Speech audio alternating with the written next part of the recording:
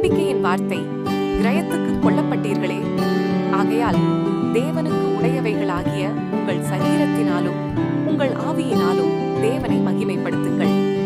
நான் கொரிந்தியர் அதிகாரம் 6:26. நீங்கள் தேவனின் சாயலில் படைக்கப்பட்டவர்கள் மட்டுமல்லாமல் இயேசு கிறிஸ்துவின் விலை மதிப்பற்ற இரத்தத்தால் சம்பாதிக்கப்பட்டவர்களும் கூட. கர்த்தர் உங்களுடைய ஆவி, ஆன்மா மற்றும் உடலை அவருக்கு சொந்தமாக்கியுள்ளார். நீங்கள் தேவனின் ஆலயம். அவர் உங்களை இருளின் ராஜ்யத்திலிருந்து மீட்டுக் கொண்டுள்ளார். நீங்கள் இயேசு கிறிஸ்துவின் இரத்தத்தால் மூடப்பட்டிருக்கும் போது சாத்தானுக்கு உங்கள் மீது அதிகாரமில்லை. நீங்கள் இனி பாவத்திற்கு அடிமைகள் அல்ல. அவர் உங்களை நேசிக்கிறார். அவர் உங்களை தமக்கு சொந்தமாக்குகிறார். ஜெபம். தகப்பனே, என்னை உமது சொத்தாக சொந்தமாக்கியதற்காக உமக்கு நன்றி. ஆமென்.